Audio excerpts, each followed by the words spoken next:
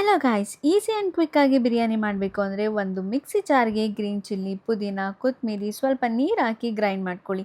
ಕುಕ್ಕರ್ಗೆ ಎಣ್ಣೆ ಹಾಕಿ onion fry ಮಾಡಿದ ಮೇಲೆ ರುಬ್ಬಿರೋ ಮಸಾಲೆ ಹಾಕಿ ಹಸಿ ವಾಸನೆ ಹೋಗೋವರೆಗೂ ಫ್ರೈ ಮಾಡ್ಕೋಬೇಕು.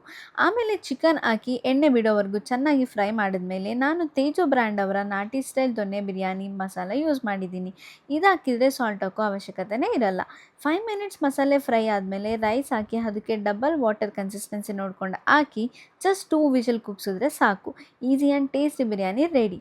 ಇದು ನನ್ನ day 7 of my 100 days self challenge series. ಪ್ರತಿದಿನ ಮಾರ್ನಿಂಗ್ ಎದ್ದ ತಕ್ಷಣ ಜರ್ನಲ್ ಬರೆಯೋದು ತುಂಬ ಒಳ್ಳೆಯದು. ಇದರಿಂದ ನಮ್ಮ ಡೇ ಹೇಗಿರಬೇಕು ಅನ್ನೋದು ಕ್ಲಾರಿಟಿ ಸಿಗುತ್ತೆ, ಜೊತೆಗೆ ನಮ್ಮ ಗೋಲ್ಸ್, ವಿಶಸ್, ಡ್ರೀಮ್ಸ್ನ ಮ್ಯಾನಿಫೆಸ್ಟ್ ಮಾಡ್ಬೋದು.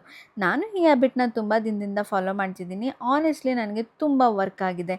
ಐ ಹೋಪ್ ಈ ವಿಡಿಯೋ ನಿಮಗೆ ಇನ್ಫಾರ್ಮೇಟಿವ್ ಆ್ಯಂಡ್ ಯೂಸ್ಫುಲ್ ಆಯಿತು ಅಂತ. Day 7 is done. See you in the next one. Thank you for watching.